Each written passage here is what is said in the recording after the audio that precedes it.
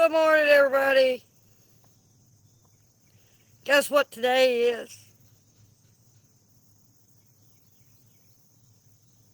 Right now, it's Sunrise Sunday.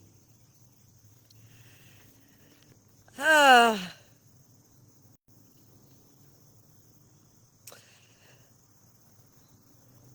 well, y'all know I love Sunrise Sunday. So, the message today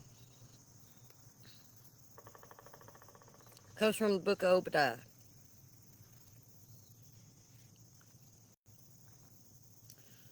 Obadiah is another one of those short books. It's often overlooked.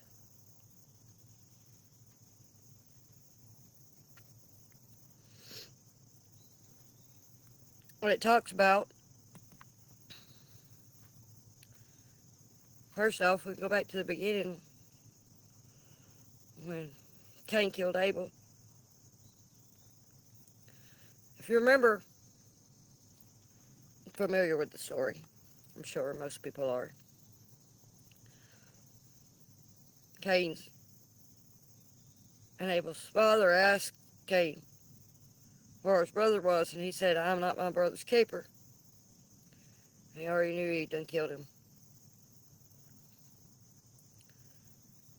Well, Obadiah kind of highlights that principle as well because it talks about two sets of people. These two sets of people were kin because they came from two brothers. Edom came from Esau, and Israel came from Jacob. Esau and Jacob were brothers. And they didn't have the best relationship. They sure didn't have a good relationship in the beginning. They hated each other. They stole from each other. They betrayed each other.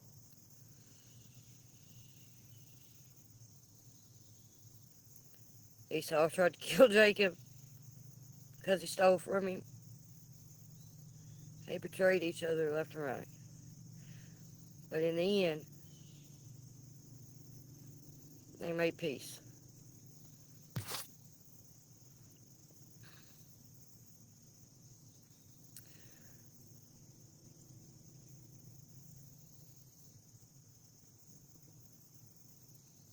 So Obadiah starts with this, talking about these two people, Edom and Israel. And it talks about divine judgment that was exacted against the nation of Edom. And then how Israel was restored.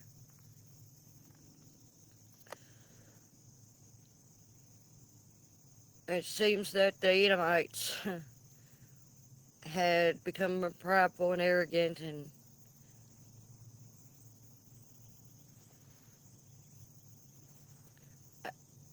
actively participated in the destruction of Jerusalem alongside the enemies of Israel. And it highlights how this pride that Edom had was part of its ultimate downfall. I mean, they thought that they were untouchable.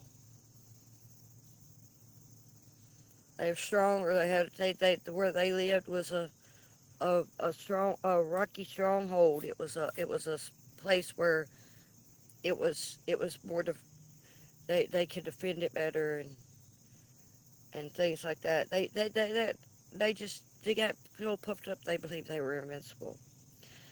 In Obadiah in verse 3, it says, "The pride of your heart has deceived you. You who live in the clefts of the rocks and make your home on the heights. You who say to yourself, who can bring me down to the ground?" Verse 4, "Though you soar like the eagle and make your nest among the stars, from there I will bring you down, declares the Lord."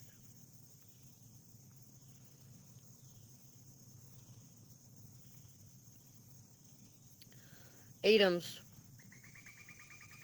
the divine retribution that came upon Edom uh, was directly proportional to its sin of Israel against Israel. God would promise to repay Edom for its betrayal and cruelty.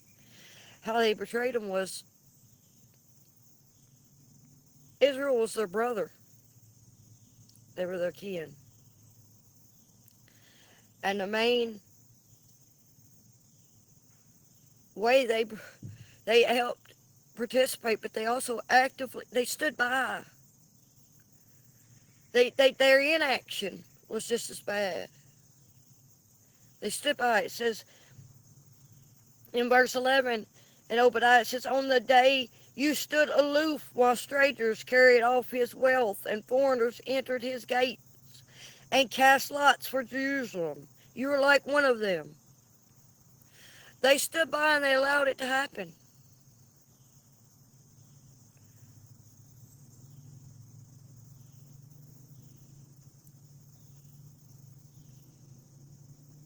Just because you think you're washing your hands of something doesn't mean you're innocent of it. Pontius Pilate tried to do the same thing.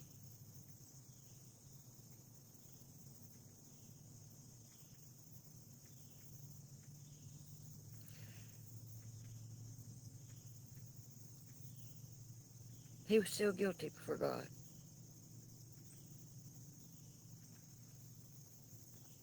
Verse 14, you should not have taken up a position at the fork in the road to cut down his fugitives or handed over his survivors in their day of distress.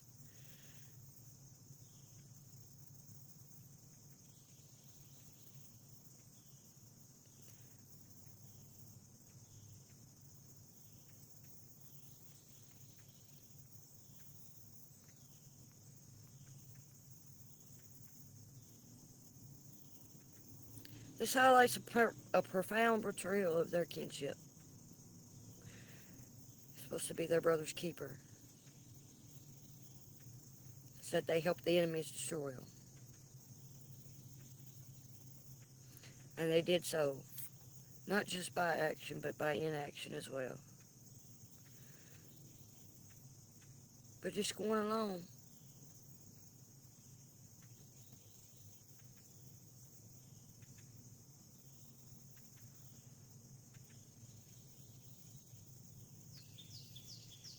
This relationship between brothers should have been one of mutual protection and support.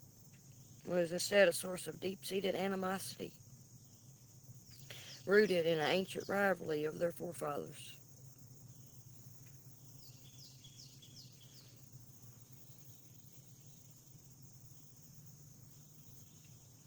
Obadiah told Edom that their treachery painted a clear picture of their violation of the brother's keeper's principle.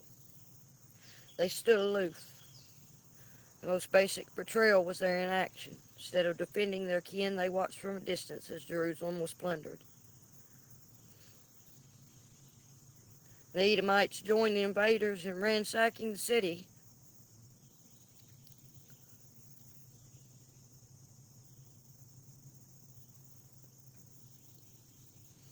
Participating in the very act that brought ruin to their brother.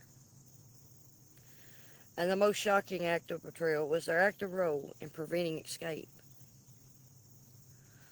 They stopped them from even escaping.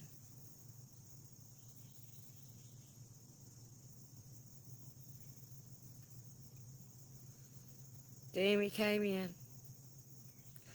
and they let them do what they wanted to do. And then when they tried to escape, they blocked them from doing that.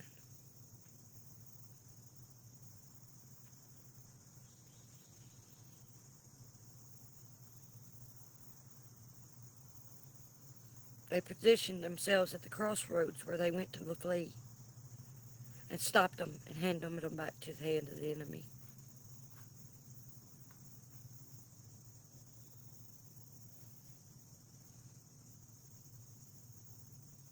Standing by was bad enough. Then to prevent them from even escaping.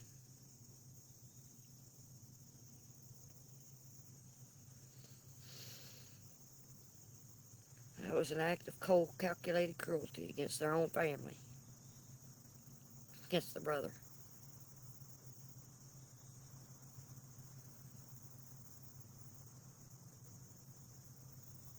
Because of this,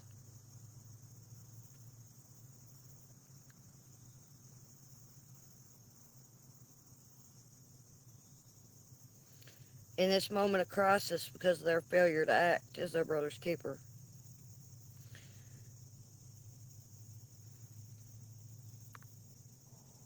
Obadiah gives them a word of prophecy from the Lord.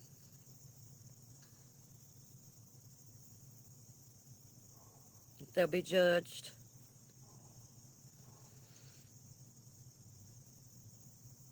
In a time of universal judgment for all nations that oppose God's people.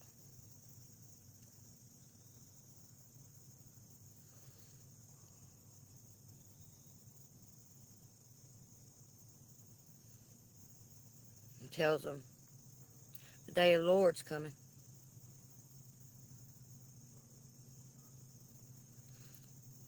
You're going to be held to account.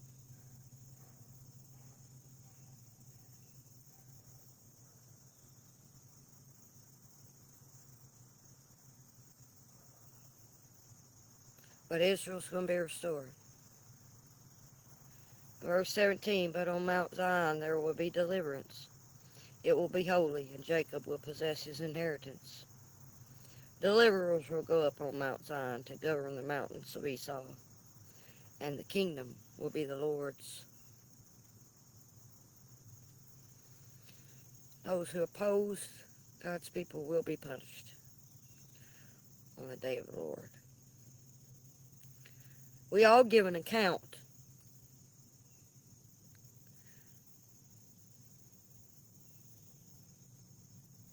That's assured.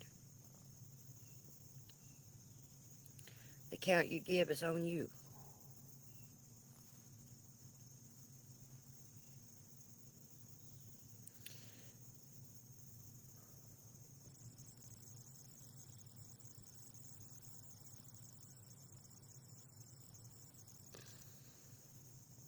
The message with this is that God holds people to account for how they treat their family and neighbors. The principle of being a brother's keeper,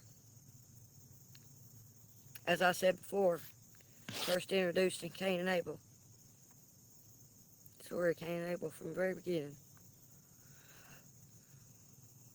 The Bible talks about the devil. It says the devil, he was a murderer from the beginning. It was the devil that influenced Cain to do what he did.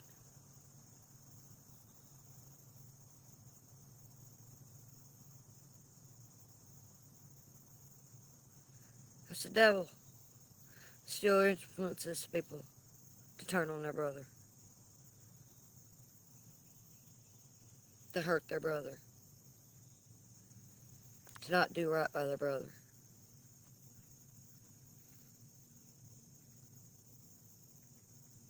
In God's eyes, we're all brothers and sisters. In God's eyes, we're all family, we're all kin.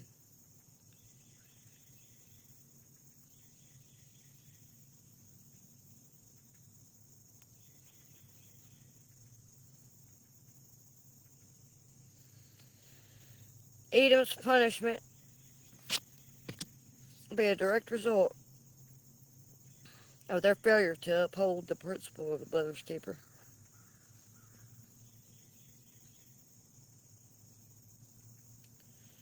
Verse 15 provided the divine rationale for that judgment. The day of the Lord is near for all nations. As you have done, it will be done to you. Your deeds will return upon your own head.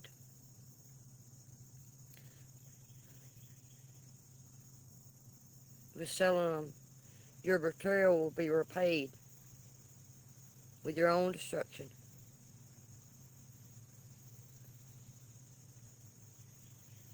Serving as a powerful example of the consequences of abandoning kinship and failing to show compassion to those in need.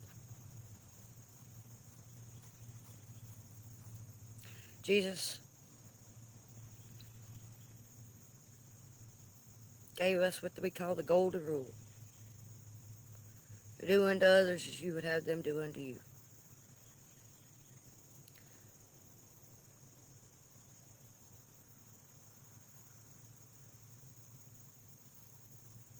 When you don't.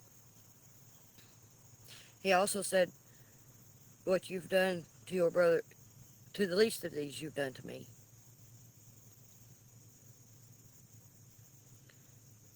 When you don't follow those principles, those are the very principles of the brother's keeper. Judgment comes. You're bringing destruction on your own head. You're cursing yourself. David, when he faced that giant,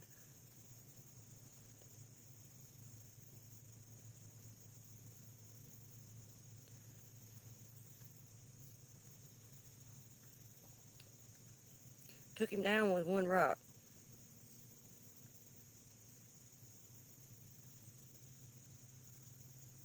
But he completely destroyed him, turning his own sword on his own head.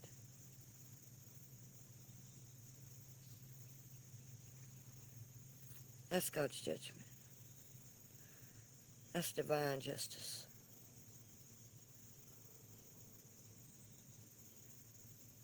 We all pay for what we do. For that, there is no escape.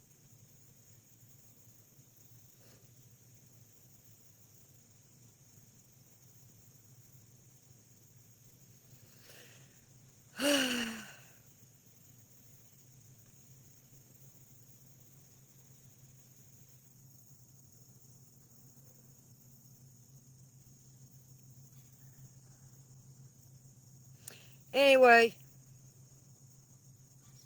it's my message for this beautiful Sunday. I gotta get to church in a while.